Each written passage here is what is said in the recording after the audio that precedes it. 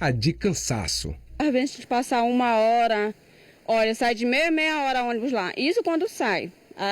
Antes da pandemia, porque era por causa antes da pandemia. Aí agora que já melhorou mais, mas continua a mesma coisa. A demora dos ônibus. A reclamação se repete em outras paradas de ônibus do conjunto. Aqui é que a gente chega a esperar até 2 horas na parada do ônibus aqui, todo dia. A gente pode ser pela Cabral ou Mirante, toda a mesma coisa, sempre esse negócio. Aí para te não chegar atrasado, tem que sempre pegar 2 ônibus para sair daqui, pegar outro da Augusto Montenegro, ou então pegar uma moto ou uma van e pegar outro da Augusto Montenegro, ou então ter que chegar atrasada. E sempre atrás das oportunidades, elas não perdem tempo. As vans do transporte alternativo sempre estão pela área. É o caso da Nicole, que também não pode chegar atrasada no estágio.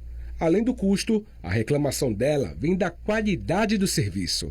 Os ônibus são quebrados, às vezes a gente pega o ônibus, passa muito tempo esperando e quando chega na metade do caminho ele quebra, a condição é bem ruim. Então, eu acredito que é precário, não é um serviço de qualidade.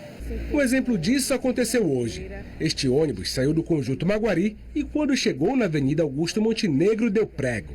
Além do desgaste durante a viagem, teve passageiro que bateu boca com o cobrador por conta do dinheiro da passagem. Eu paguei minha passagem, ele não quer devolver meus R$5 aqui. O tormento dos passageiros parece não ter fim. Às vezes o ônibus está todo molhado, a gente senta, se molha todinho, porque eles lavam, dizem que lavam, né? Mas só fazem molhar, eu acho que a água fica lá. Todo furado, estufa, a gente senta, se molha todinho. Se você pegar um ônibus desse aí, você vai ver a sujeira que ele é, esse ônibus. É molhado, é sujo.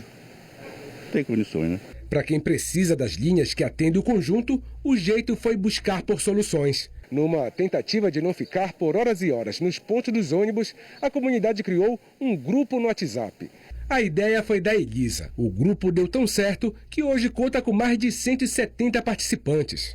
A finalidade dele foi para fazer as denúncias. Por exemplo, se você está no ônibus que fica no prego no meio do caminho, você tira a foto e manda para a gente, aí já é para juntar as provas. Além da internet, os moradores fizeram um abaixo-assinado pedindo providências emergenciais para esse problemão. Enquanto isso não é resolvido, a dor de cabeça permanece. Eles não têm compromisso com o horário aqui com o pessoal, com a população. A população aqui vai trabalhar, mas não tem horário nenhum. Colocar mais ônibus, com certeza, e ônibus bom, né? Bom, em nota, a CEMOB disse que desde o início da pandemia, a frota de ônibus ela veio sendo reduzida para se adaptar à queda significativa no número de passageiros. Atualmente, a frota está com a média de 65% para uma demanda de 50% de passageiros habituais e que até então não havia recebido qualquer reclamação formal da comunidade do conjunto Maguari. Porém, diante da situação mostrada na reportagem, a Superintendência Executiva de Mobilidade Urbana diz que vai notificar as empresas que operam no conjunto e verificar se a frequência das viagens determinadas em ordens de serviço está sendo cumprida.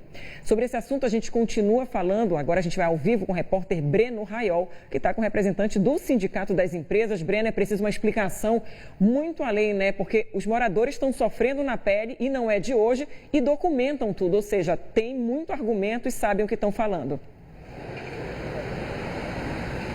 Pois é, Priscila, boa tarde para você. Ótima tarde também a todos que nos acompanham no JL1 de hoje. Falamos ao vivo aqui do bairro do Mangueirão.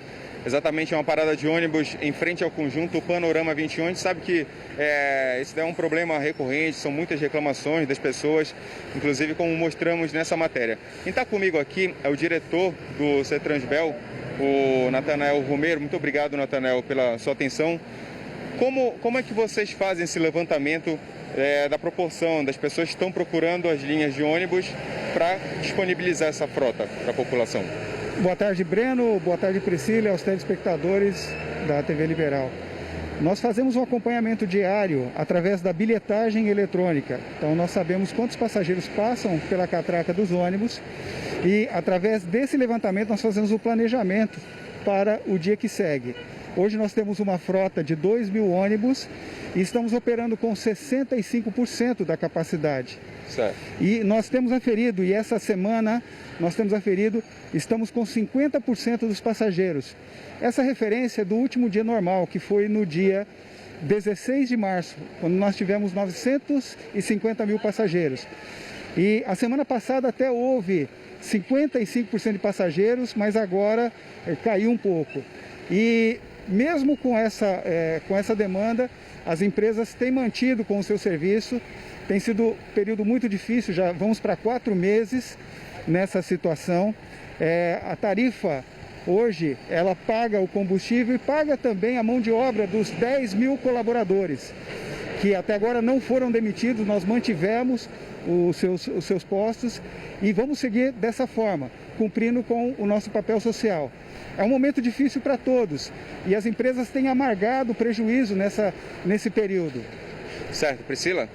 Breno, passe aí ao Natanael Romero, por favor. Assim, a bilhetagem seria em tempos normais, mas vivemos uma pandemia, onde as pessoas não podem se aglomerar dentro dos ônibus. E o que a gente tem visto desde o início da pandemia é ignorando totalmente, inclusive porque a prefeitura diz que não pode. Existe um limite de 8 passageiros em pé e a gente já tem mostrado muito isso.